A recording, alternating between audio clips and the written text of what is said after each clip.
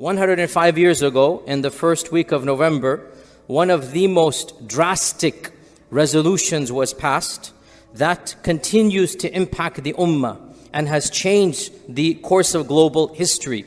And every one of us should be aware of this. What am I referring to? I'm referring to the very unfortunate document known as the Balfour Declaration. The Balfour Declaration, we are commemorating, I shouldn't say commemorating, it is quote unquote the anniversary, but for us it's not a positive anniversary. It is this exact week, 105 years ago, November, first week of November in 1917, when this document was drafted and sent. So what is this document? As we said, 105 years ago, this very day, this very week, 1917, the Balfour Declaration was issued. It is a letter written by the Foreign Secretary of England by the name of Lord Arthur Balfour. So it's called the Balfour Declaration because his name is Balfour. And he wrote it to somebody by the name of Lord Rothschild. And in this letter, which was hand-delivered from the ministry to the house of this private citizen, again, the plot thickens, the government expresses its interest to create a national homeland for the Jewish people in the land of Palestine. This is what is known as the Balfour Declaration. So how did this come about? Remember, at the turn of the century, less than 3% of Palestine was inhabited by Jewish people. 97% of this region was Muslim and Christian. The majority Muslim, and there was a healthy percentage of Christians. From the time of the Crusade, Salah ad-Din Ayyubi allowed the Christians to live there. And there were also some Jewish people, 3% local indigenous Arab Jews. They spoke Arabic as a language. They were Arab Jews living in peace and harmony. No problems in that region. So how could this letter come about that is saying in this 3% Jewish land, we're going to make it an entire Jewish land? This is what the Balfour Declaration is. Now, of interest here is that the Balfour Declaration intentionally used very ambiguous language. The document says, and I quote from it, that the British government, listen to this, views with favor the establishment of a national home for Jewish people, end quote. Look at the language. Views with favor. It's not legal language here. It's an emotion. It's not legal language. The UK, the British government, views with favor. What type of legal language is this? Also, look at what they say. That national home, not national state. Why? Why did they have this ambiguous language? Historians point out, they knew that this document would cause a backlash from the parliament.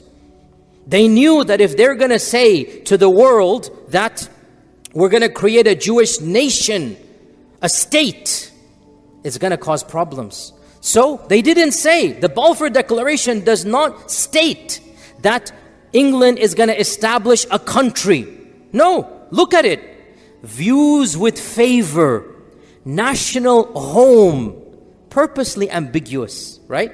Now, the intention was a state, but the language does not state that. You understand what I'm saying here, right? The intention, you're going to carve out a country, but the language is very vague, and it was done on purpose. Also, in the document, it says that, it explicitly states that the local population of non-Jews, their rights must not be trespassed against. They say non-Jews. They don't say Muslims and Arabs. 95% of the people are Muslim. It says the non-Jewish population. So as again, not to bring in explicitly that the majority are going to be Muslim over there. Now the question arises, and this is the big question. Why? Why would England promise, why would the UK promise the Zionist lobby that they're going to create a land in Palestine? What is United Kingdom gaining out of this? I'm going to be very academic here and tell you, frankly, nobody knows. The theories are many. I'll give you some of them. Because it boggles the mind. Why would England in 1917 want to promise 1% of the Jewish population? Because remember, 99% of the Jewish people were not interested in a state right now. Remember, Nazi Germany still hasn't happened. Hitler hasn't even come to power. He's not even known. This is 1917. American Jews and European Jews have no interest in leaving their lands. They're living comfortably. Why would we go somewhere else, risk our lives? The people aren't going to like us. It wasn't popular. So why would the English government, the British government, adopt this plan? There are so many theories. Frankly, nobody knows for certain. What is this? Of these theories is that they felt, that the British government felt that they would get the global support of the Jewish diaspora, and that the American Jews, the British Jews would then support the efforts of World War I, and people like Chaim Weizmann, who was very wealthy, like Lord Rothschild, who was a multi-billionaire, that their finances and their patents would help World War I. That is a theory, and it makes sense. At the same time, one could point out that these are few individuals, and the bulk of world Jewish people are not interested in Zionism. So one can say that this didn't seem like a wise move. Others have pointed out that during this time frame, if you know your history, the czars of Russia were overthrown, the Bolsheviks come to power. And many of the key Bolsheviks were actually of a Jewish background.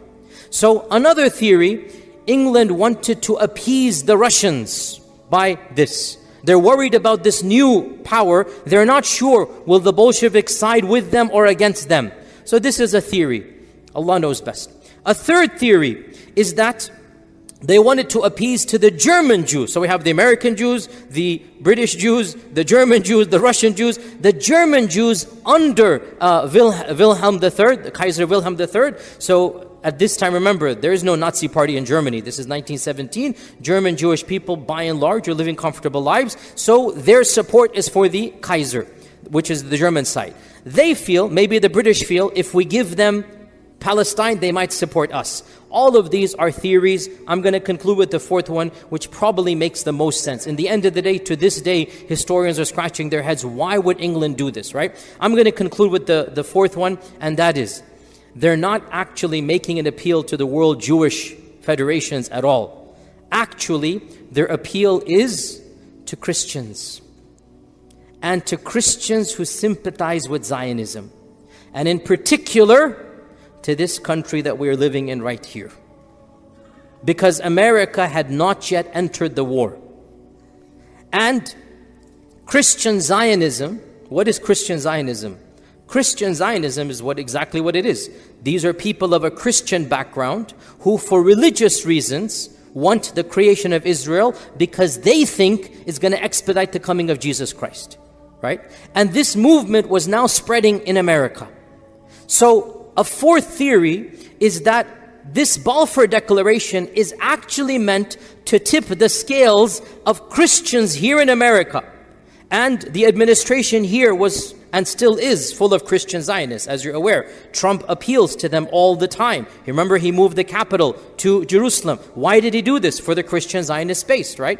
So, the notion, therefore, the Balfour Declaration was meant to persuade America to enter the war and to side with the UK against the German forces. This might have more sense because otherwise, the other previous theories don't really make any sense. So the British did not gain anything by the Balfour Declaration.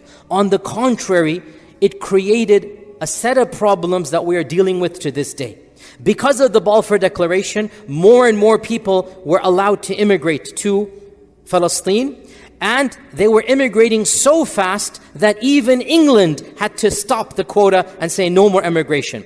And when England said no more immigration, the Jewish people of Palestine became terrorists, well known, and they started killing British soldiers. And they engineered a very massive bombing in the King David Hotel, infamous bombing. Over 100 people were killed. Most of them were British. So the Jewish people, or I should say the Zionist people, start fighting the British. The British decide to leave, and they hand over Palestine to the League of Nations and say, we have nothing to do with it, you guys decide. And the League of Nations in 1947, 1948, they vote and they say, khalas, we're going to create Israel. And because the Muslim world at the time and the Arab world did not have the type of political connections and the clout and the wherewithal to negotiate and to argue. They're still new to the world of global politics. They didn't have a statesman. They didn't have a land in a country. They didn't have representation. And the Zionist Federation did. the League of Nations voted in the State of Israel, and the rest, as they say, is history.